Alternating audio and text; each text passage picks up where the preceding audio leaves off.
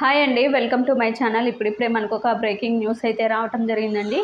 AP పెన్షనర్లకి ముఖ్యంగా ఈ సమస్యను కనుక పరిష్కరించకపోతే వారికి పెండింగ్ బిల్లులు అనేవి చెల్లింపులు జరగవండి. ఒక్కసారి ఆ పూర్తి వివరాలన్నీ కూడా వీడియోలో అయితే తెలుసుకుందాం. మీరైతే వీడియోని ఎక్కడా కూడా స్కిప్ చేయకుండా ఎండ్ వరకు అయితే చూసేయండి. వీడియో నచ్చినట్లయితే తప్పకుండా లైక్ చేయండి, షేర్ చేయండి. ముఖ్యంగా పదవీ విరమణ చేసినటువంటి విశ్రాంత ఉద్యోగులకి వారికి రావాల్సినటువంటి బిల్లులు లేదా ఎరియర్స్ బిల్లులు సిఎఫ్ఎంఎస్లో అయితే ఇంకా సబ్మిట్ చేయవచ్చా, చేయలేమా, ఇప్పుడు ఒకసారి అయితే తెలుసుకుందాం. 1/7/2018 పదవీ విరమణ చేసిన వారికి రావాల్సినటువంటి డిఆర్ అరియర్స్ కానీ లేదా పదవీ విరమణ బెనిఫిట్స్ బిల్లులు ఇప్పుడు సిఎఫ్ఎంఎస్లో సబ్మిట్ చేయడానికి ప్రయత్నం చేస్తే వారికి ఈ విధంగా సిఎఫ్ఎంఎస్ ఐడి ఓపెన్ కావటం లేదండి. అందువలన వారి బిల్లులు సబ్మిట్ చేయలేకపోతున్నారు. దీనికి ముఖ్య కారణం వచ్చేసి ఈ మధ్య కాకినాడ జిల్లా సామర్లకోట సబ్ ట్రెజరీకి చెందిన విశ్రాంత ఉద్యోగి ఒకరు తమ డిఆర్కు సంబంధించిన బిల్లు సబ్మిట్ కాలేదని ఆ విషయం తెలుసుకొని వారి అధికారికంగా సబ్మిట్ చేయటానికి మొత్తానికైతే సిఎఫ్ఎంఎస్ ఐడి ఎనేబుల్ కాలేదు. ఎంత ప్రయత్నం చేసినా కూడా పలుసార్లు ప్రయత్నం చేసినా సబ్మిట్ చేయలేకపోయారండి. ఇక నుంచి విశ్రాంత ఉద్యోగుల బిల్లులు సబ్మిట్ చేయడానికి సాఫ్ట్వేర్ తీసుకోవటం లేదు అని సమాధానం అయితే ఇచ్చారు మొత్తానికి అధికారులు. ఇక దీనికి ముఖ్య కారణం ఇటీవల అన్ని ఆఫీసుల్లో క్యాడర్ స్ట్రెంత్ అప్డేట్ చేయడం జరిగింది. అందువలన అక్కడ పనిచేస్తున్న వారి సిఎఫ్ఎంఎస్ ఐడీలు మాత్రమే అందుబాటులో ఉన్నాయి.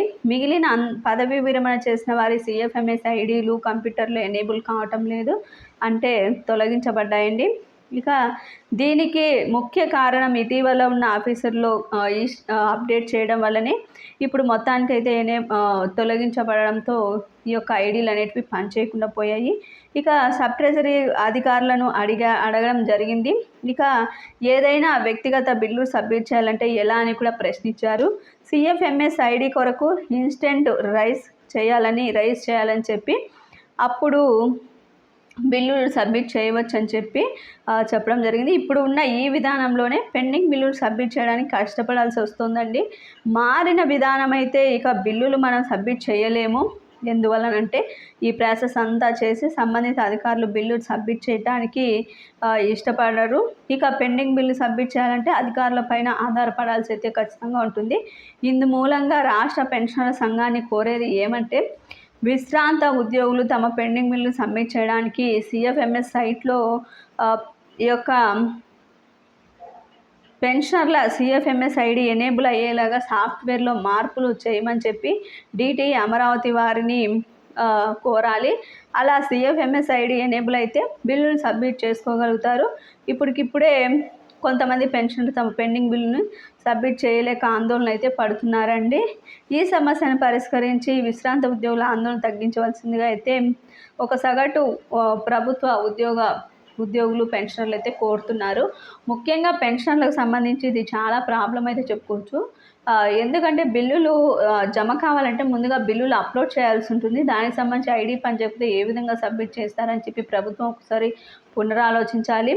ఇక కొత్త ప్రభుత్వం వచ్చింది కాబట్టి ఖచ్చితంగా దీనికి సంబంధించి సమస్యను క్లియర్ చేసే అంశాలు ఖచ్చితంగా ఉన్నాయి. అయితే సీఎంగా చంద్రబాబు గారు అధికారంలోకి వచ్చిన వెంటనే బకాయిలు ఎప్పుడు విడుదల చేయాలని చెప్పే అంశానికి సంబంధించిన నిర్ణయం తీసుకుంటారు. అప్పుడే వీటి సమస్యలన్నీ కూడా పరిష్కరించే దిశగా అయితే అడుగులు వేస్తారనేది చెప్పుకోవచ్చండి. అంతవరకు విశ్రాంత ఉద్యోగులు కాస్త ఓపిక పట్టాలి. ఇది ఇప్పటి వరకు ఉన్నటువంటి లేటెస్ట్ అప్డేట్. ఇన్ని రోజులే ఓపిక పట్టారు, ఒక 20 రోజులు ఓపిక పడితే పూర్తి సమస్య అయితే క్లియర్ అవుతుందండి. మీకు ఈ వీడియో నచ్చినట్లయితే తప్పకుండా లైక్ చేయండి, షేర్ చేయండి. Thank you for watching.